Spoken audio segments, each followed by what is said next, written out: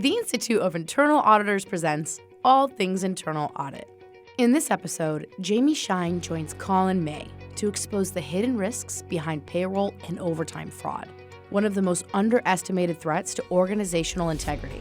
From toxic workplace cultures to impossible days and data-driven red flags, they uncover how emotional intelligence, analytics, and collaboration among internal audit, HR, and leadership can keep timekeeping honest and controls effective. Colin, welcome to the show. We're so excited to have you. Thanks, Jamie. It's great to be here. I'm super excited to talk about what would otherwise be, I think, pretty run-of-the-mill type of financial discussion, but I think we're going to make it fun. Why was this something that you were passionate about? Did you personally have an experience with overtime fraud? I didn't, but what I did is I noticed that this was becoming more and more of an issue. I've been an investigator my whole life, but I've never had to deal with this type of fraud directly. But what I do is I look and see what is going on in courts. It popped out to me. A couple of years ago, back in 2021, I'd written an article for the Association for Certified Fraud Examiners about no-show or low-show jobs. So these are schemes where an individual is basically given a position with very little responsibility and very little actual authority, no expectations of actually doing any work. And so over the last couple of years, I've been following this, and the idea of what is happening out there is really interesting to me. So the whole payroll, it's a very complex issue for all of our organizations. It's the number one expense, right? We are organizations of people, and we pay them. So, naturally, one would think that there could be some potential fraud there. Absolutely. That's a really great point that it is often our number one expense for our organizations. And yet, auditors often aren't spending a lot of time looking at things like overtime fraud or payroll fraud. Now, you mentioned something that I thought was really interesting. You mentioned that overtime fraud and just payroll fraud in general seem to be occurring more frequently. What do you think is contributing to that?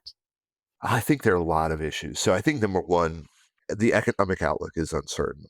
As we're recording this, there's a lot of uncertainty. There are industries that are under tremendous financial pressure and margins are down. Employees are feeling that pressure too. Managers are feeling that pressure to perform. And so there are those kind of macro factors. Um, but let's also not discount the fact that there could be very personal or corporate specific issues that need to be addressed. So, for example, one of the rationalizations that we often hear about in these cases is I'm owed that money. There's a very personal belief that they've been left out or left behind or cheated, basically. And so they then essentially see that as an opportunity to turn the tables and cheat the company as well. There's just a lot of stuff going on right now, and it's happening so fast. And so I think if people are feeling left behind, if they're very unsure of their financial situation, if they're feeling that they need like a nest egg type of deal, it's just all over the map. But the motives fundamentally are driven by that economic concern. It's really sad to think of that our economic situation could be causing fraud to grow, but certainly it makes sense. I really liked that you're addressing kind of the human element of fraud, right? That rationalization, the justification, even the motivation. I think sometimes as auditors, we really get trapped in just talking about the opportunity and what controls do we have in place to address the opportunity.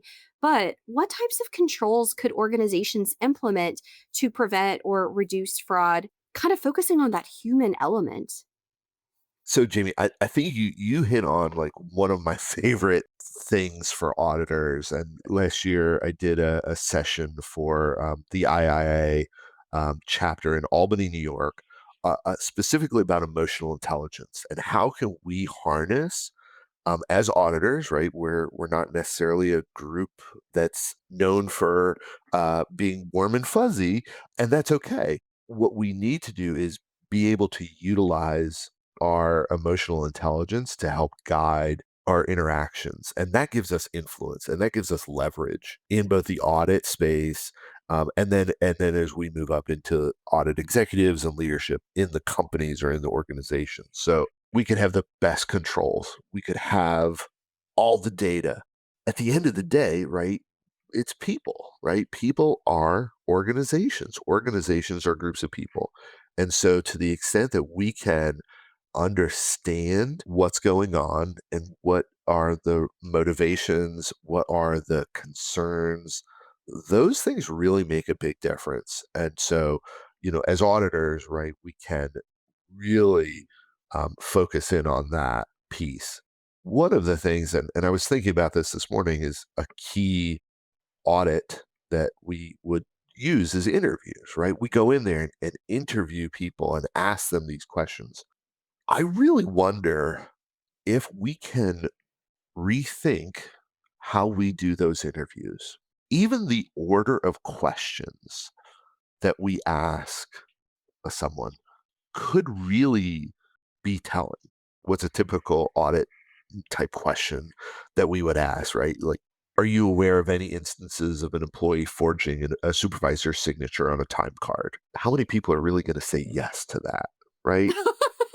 Absolutely. I always wondered that, right? Yeah, like, we're kind of setting it up so that they say, "Well, of course not, I don't know." It becomes a check the box exercise. Absolutely. Totally, 100%, and that's what we want to avoid because we're not only doing internal audit as a verification, right, of the information that's being put into the financials, but it's that internal control environment, it's that risk management, it's fraud prevention, it's all of these things that we have an opportunity to really capture. And so I'm hopeful that, especially as we move from more of a kind of paper-based to more data-driven audits, that hopefully we spend less time on the check the box exercises, quote unquote, and more on the understanding the people, understanding the process, using that emotional intelligence so that we can really understand.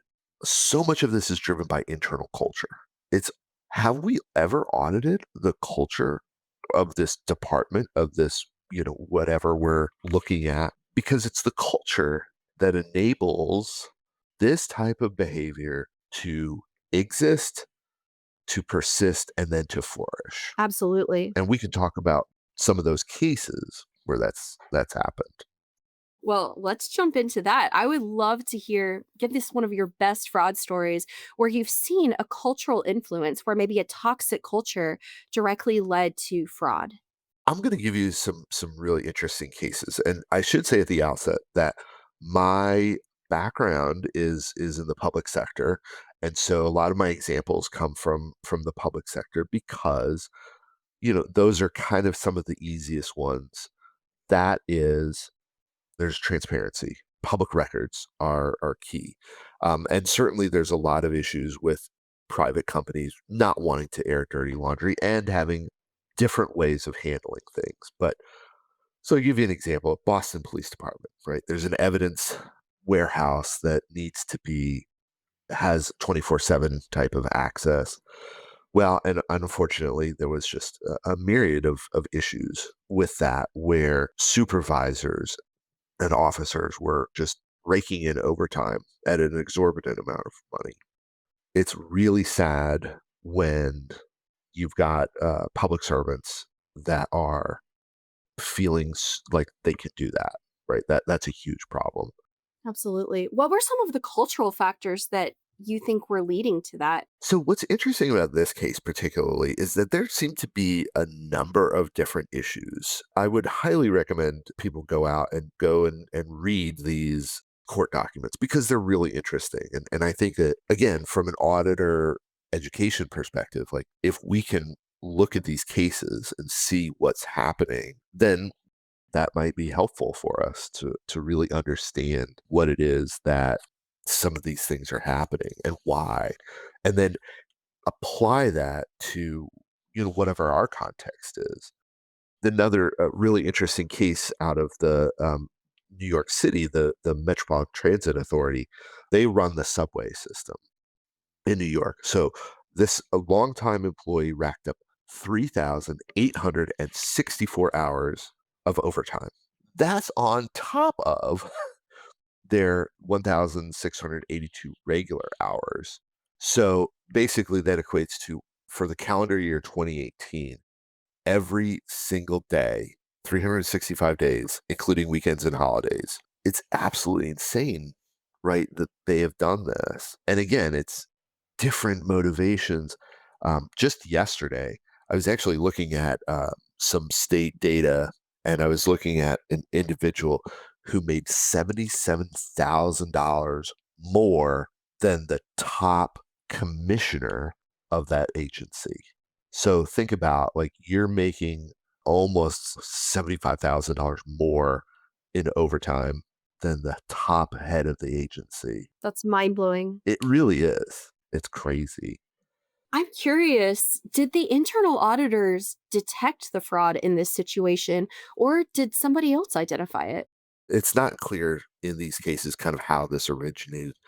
But here's the thing, internal audit is really well positioned to be able to detect these types of things. Now, in an ideal world, we are kind of on top of it, right? We're monitoring this. We know it's a risk area, and internal auditors have a great leadership role in identifying, hey, we see some trends in this area. We need to figure this out, and communicating that to leadership. That's a great opportunity. If we're not doing that, then we have a great opportunity to focus on that. And again, everything is different. Every case, every organization, and auditors really need to pay attention to that context. I always I think, so is there a written policy or directive or some form of guidance for this overtime? Whether it's requesting it, whether it's approving it, then is the policy consistently followed? Is it actually working the way it's written or intended to be done? We all know that there are, deviations and issues that come up that need to be addressed. How are those addressed, right? Are they handled appropriately? Are they justified? Is it a fair system? One of the challenges I can see is, like, let's say, for example, that you have an issue, and I'll give you an example from a real case. So, California Highway Patrol officer was basically indicted for exaggerating their time, their overtime, and basically was dismissed because what the argument was that, well, this is kind of the way things are done, right? This is essentially a long-standing practice Wow. that became, de facto policy. There's your issue, right? As soon as you don't have a written directive, policy, or guidance, and it's not followed consistently, you're kind of toast, right?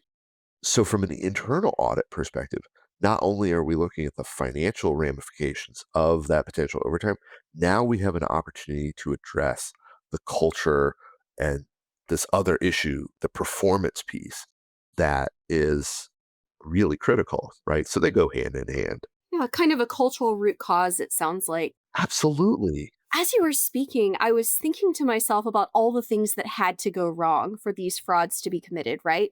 Because, first of all, how was management not reviewing the time cards? How did management not see these time cards and say, wow, this looks like a crazy amount of hours? But then is management not looking at some kind of dashboard? Is management not running data analytics themselves to monitor? And then somehow it must have potentially theoretically gotten through internal audit as well.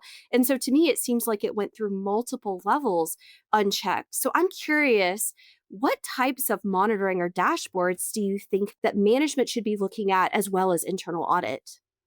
Yeah, and I think that's a great point. And here's one of the challenges that I think we really need to look at and examine, because let's be clear, like, most overtime is approved by your first line supervisor. When you have an existing team, let's say, that has been in place for quite a long time, and let's say that you promote from within that team, well, that cohesion still exists, right? It's not like suddenly the new supervisor's like not friends with the team anymore. Although that could happen, and I have seen that in some cases where then there's some hurt feelings about not getting selected. But the concern that I have is, so, hey, I'm getting promoted, maybe you didn't, we're friends. I'm going to take care of you, right? Like that's the implicit message. And so maybe, so, every 2 weeks, I throw you an extra hour in overtime. Well, then, maybe let's say you have a child who's getting married or you're going on a vacation, you're planning a vacation. Okay, well, now I can do a little bit more. And then it just kind of compounds. So whether it's kind of implicit, whether it's formal or not, or there's a kickback situation, the potential for supervisors to really exploit this is really challenging. And so, I think that one of our issues is, what kind of education are we giving our supervisors? To your point, like how are we monitoring this both in the aggregate, but also in terms of the drill down? And this is again where internal audit really can come in and hit the ground running. If you guys do, whoever's listening today, if you do nothing else, just do an experiment. Run the numbers. Just see. It could be really illuminating. So think about like, what's your overtime expense by your department? Where's the department that has the most overtime expense? Is it what you expect? I mean, we think about, I was looking at things like, okay, what goes into overtime? Well, shift work. So where is your shift work? So those are places that you would expect overtime. But where are the places that are doing overtime that you don't expect, right? Where are the office workers that are doing supposedly overtime? A, are they even eligible for it under the law? But then B, what is the explanation? Again, going back, what is that process? What is the policy?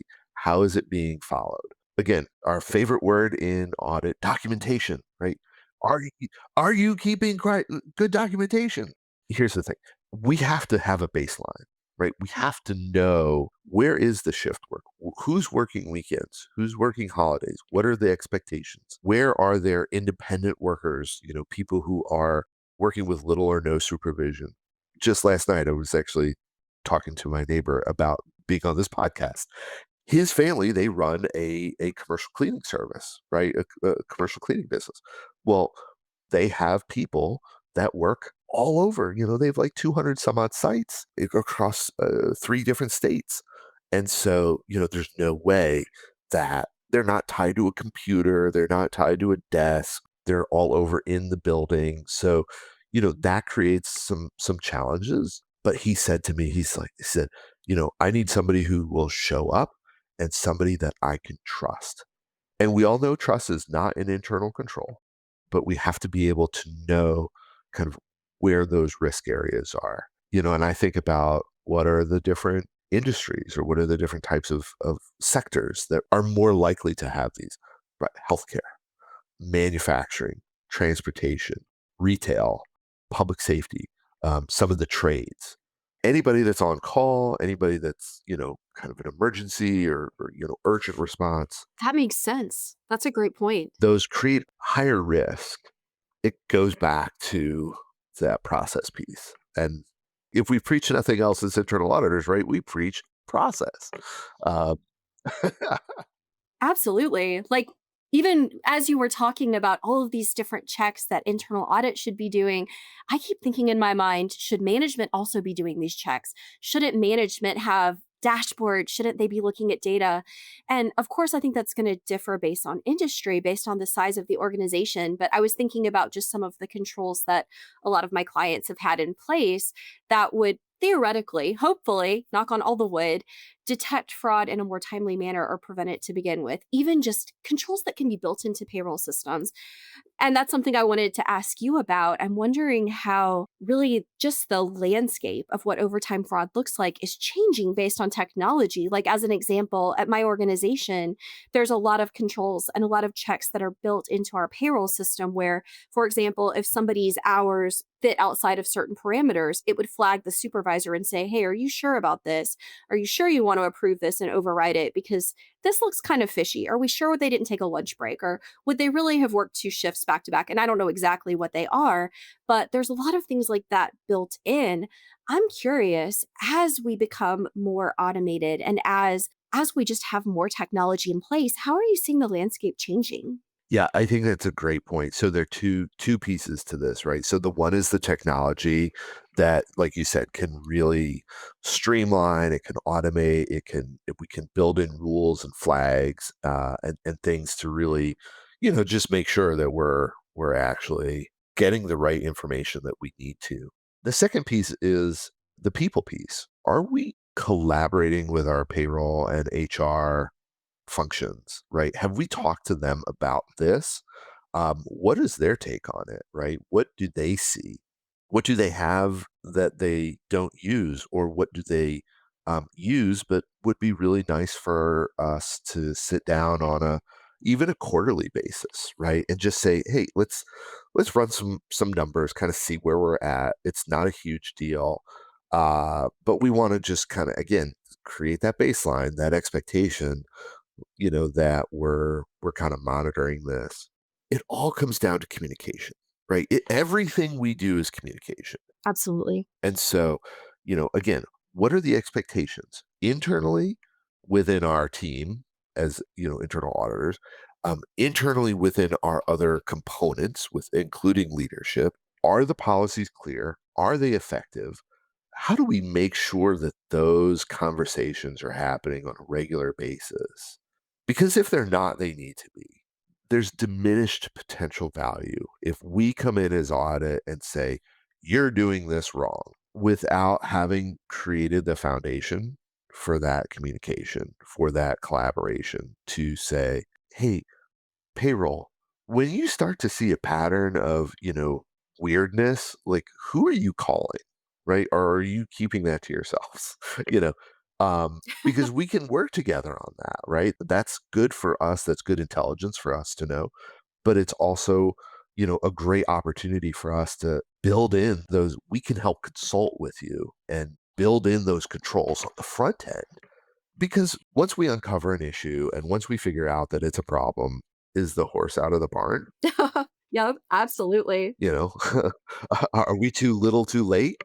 So we really, I think it from a fundamental perspective is communication. We bring certain skill sets that other people may not have, or may not be able to understand. We can ask the questions. We can present the scenarios, like the in the article, and show the cases and say, hey, this happened at XYZ company or this agency. This is what happened. Could this be happening here? I mean, we have a duty because we're also concerned from a external risk management perspective about things like reputation.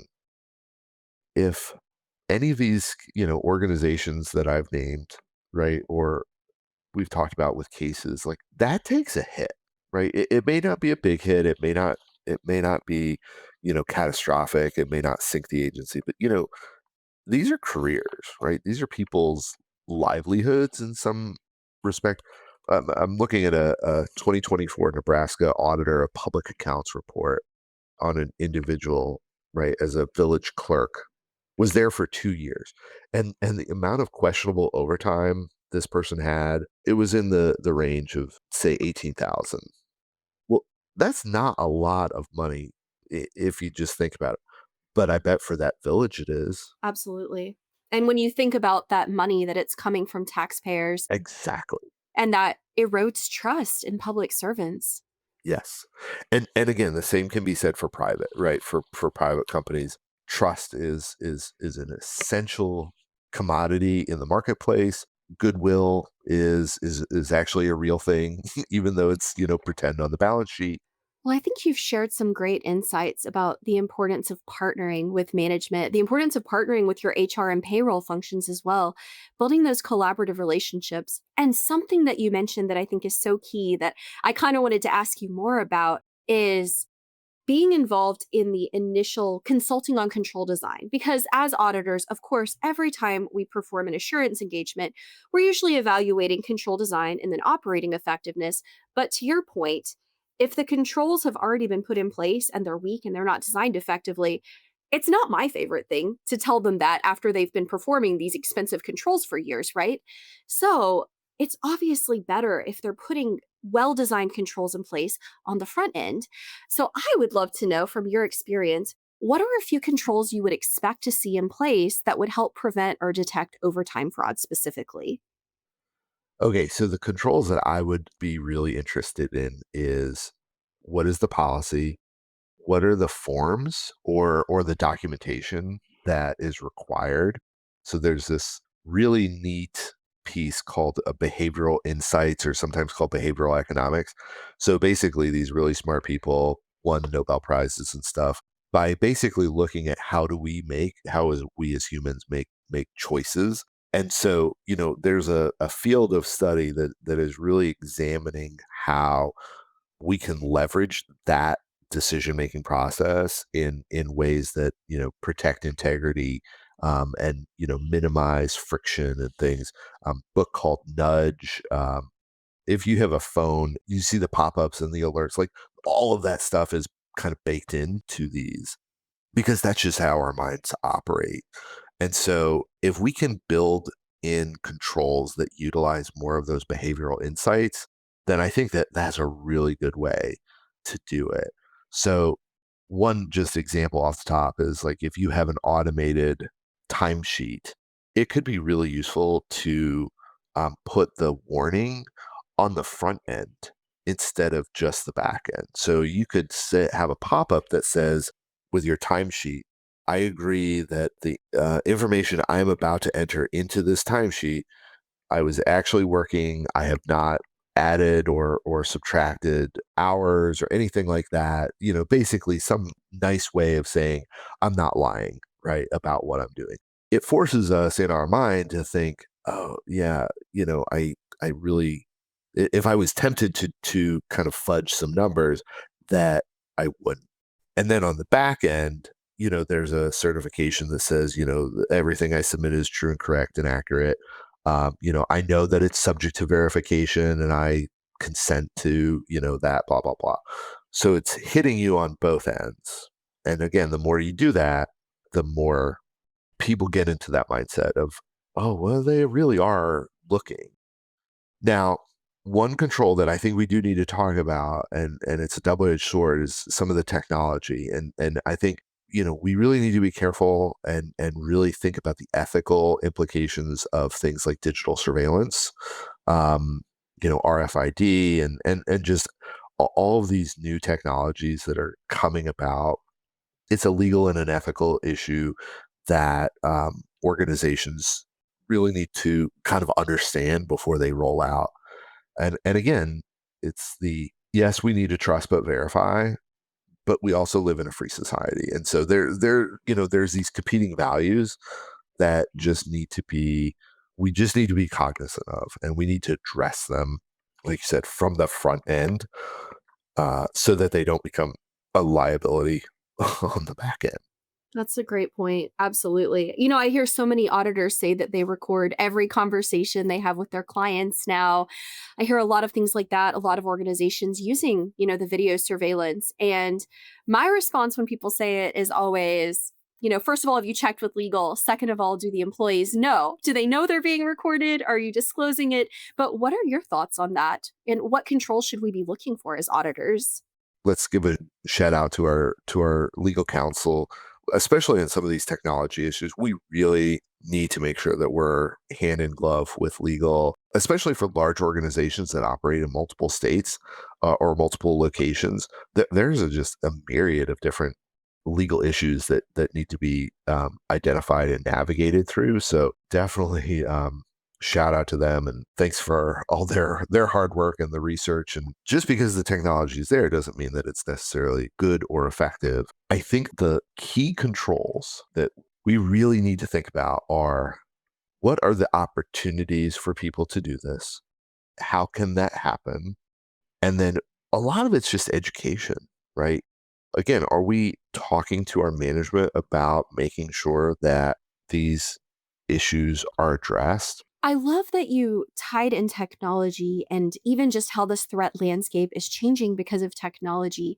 Now, do you think that there's actually going to be maybe opportunities to have better controls in place because of things like technology, artificial intelligence, even surveillance that can automatically detect if someone is where they say they are and then correlate that to their timesheet? Is that an opportunity or is it a risk or is it both? I think it's both, right? And I think it's an opportunity if it's done well and the risk is mitigated. Like you said, I mean, do employees understand that this is happening, right? Hey, we're rolling out this new software and it will do X, Y, and Z. If they don't know, that could be a huge liability. Absolutely. But if they know, right, if they have informed consent and all of a sudden, like, they're still doing their old thing, then that's a problem, right? And that's going to create major issues for them personally. Um, so I do think that, again, it's what is the plan for the tech? How is it being used? How are we as audit brought in to think about this issue? And then how are people using it, right? How are even auditing, the use of it, right? Like, who's actually using the dashboard, like the payroll dashboard, the overtime dashboard? Well, if unit A and unit B both have access to it and unit A is using it, but unit B isn't that an opportunity to talk to unit B and say, what we notice you're not using it. Tell us what you think. Like, is it not helpful? Is it not easy? Do you need the link again? It could be as simple as that. They just don't, they don't really know. Well, I've so enjoyed talking to you. I feel like we could have this conversation all day, but I do want to ask you just one more question before we say goodbye to everyone. If the people who listen to your podcast, if they could remember just one thing from it, what would it be? My takeaway is this: do an experiment, look at your own data. If you don't have access to the data for whatever reason, write it up as a proposed audit program, right? Just a one-page memo. Doesn't have to be super, super, detailed, but, explain why you think this is important and present it and just see where it goes and start having those conversations, build those partnerships and look at that process, because ultimately it's people, process, and partnerships. People, process, partnerships. I love it. Well, everyone, if you remember nothing else, I hope you remember people, process, and partnerships today. And we hope you got some great takeaways for how you can, first of all, help management implement strong controls, maybe provide some advice or evaluate the controls that are in place to prevent and detect overtime fraud. And again, thank you so much, Colin. I just really enjoyed listening to you, hearing your stories, all the insights that you shared. Thanks, everyone, for tuning in. We look forward to seeing you next time. Thanks, Jamie. Ready to lead with confidence? Join the IAA's 2025 RISE virtual conference on December 5th, all online. Earn up to 7.2 CPEs while diving into resilience, innovation, strategy, and ethics with today's top audit leaders. Save your spot now at theiaa.org.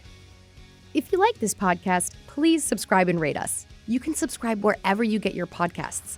You can also catch other episodes on YouTube or at theiaa.org. That's THEIIA.org.